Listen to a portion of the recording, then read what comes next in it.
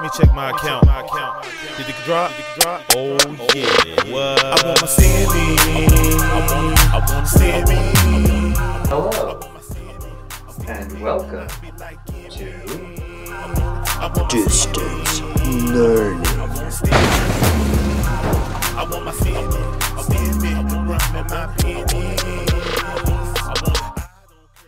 This week, we are going to talk about environmental portraiture. That's going to be our next assignment. We are going to incorporate into that, as part of that assignment, working with different light sources. That will hopefully mean flash in some capacity.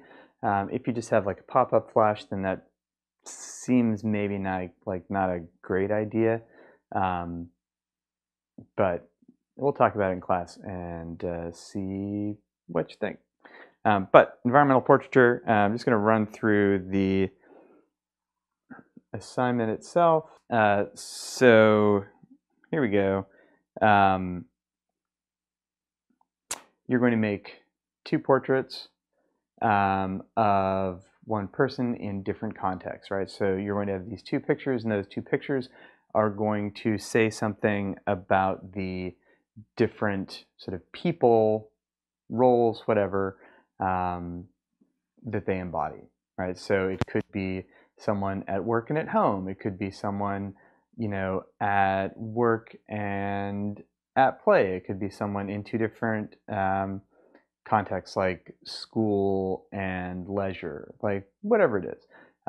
We're aiming to get two pictures, each of which is a portrait of that same person, and they say something different about who that person is, right? Different aspects of that person through the portraiture. Now, we'll go in today in this lecture, sorry, chords. In this lecture, we'll go into a little bit about how environmental portraiture works, what it does, yada, yada, yada. But just take a look at it, right? There's usually a formality. There's some kind of connection between the viewer and the person sitting in front of the camera, or standing, whatever, right? Usually this means eye contact, not always, but almost always. There is relevant information or setting, right? We'll look at what environmental portraiture is not. And that's like plain backdrop, not environmental portraiture.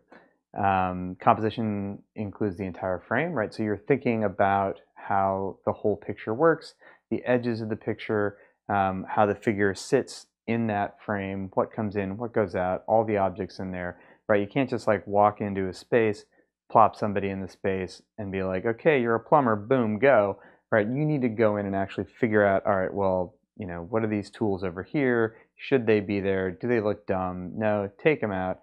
Bring in these other tools. What's that over there? That's somebody else's. Take that out. Bring this other thing in.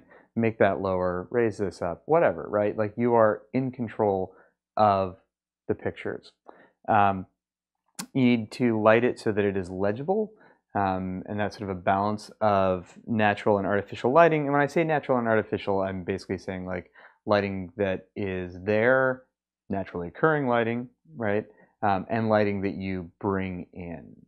Right, so you need to have at least two sources of light, and you want to balance that sort of existing light and your light, right? It's not, you can't just be like, oh, my picture is dark and shitty because it was a dark room. Like, that's not an excuse. You got to come in there and actually like light the damn thing.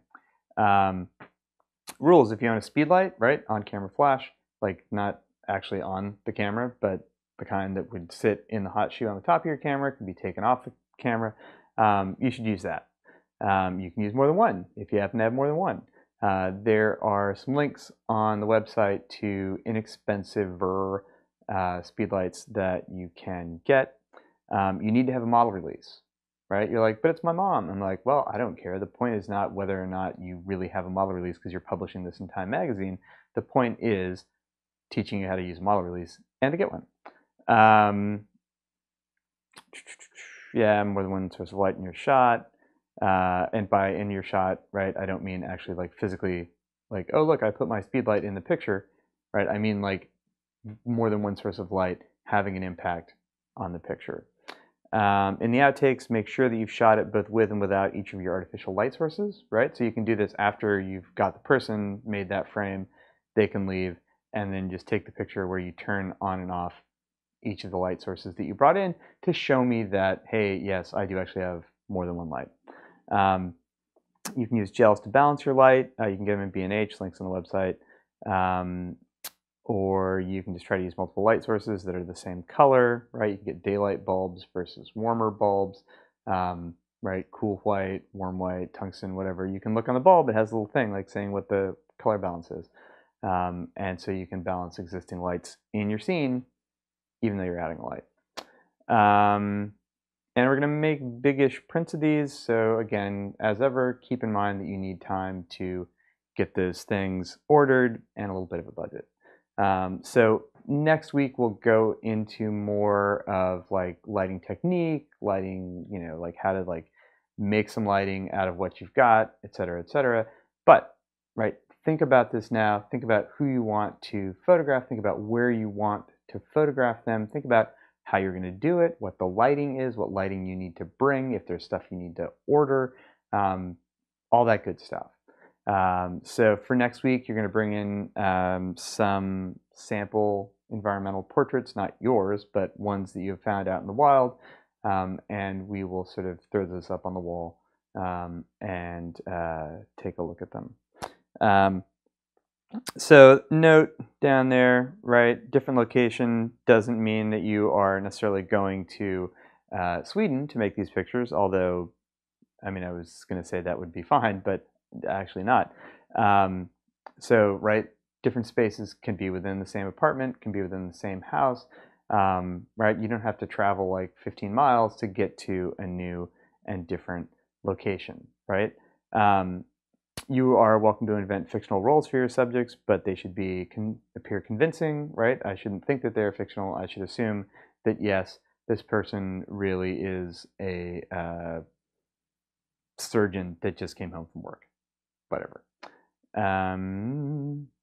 So, yeah. Deliverables, you'll have 2 inkjet or digital C prints around 17 by 22. Shoot documentation of them, turn it in, right? Documentation, I would like it to be good. I'll see what you guys get for the Hockney, and perhaps I will have more commentary on documentation quality. And then you will have to have your file sized appropriately to make a 17 by 22 inch print that you will turn in. And then you'll have that same thing as JPEGs for Blackboard critique, and at least 20 outtakes. Remember, including you turning on and off those lights, and lastly, the model release. So again, I'll go over all of this in class. Hit me up with any questions. Obviously, we'll talk more about it then. But please start thinking about it, planning it, ordering stuff if you need to order stuff, because they are not easy to do. So, all right, let's take a look at some environmental portraits.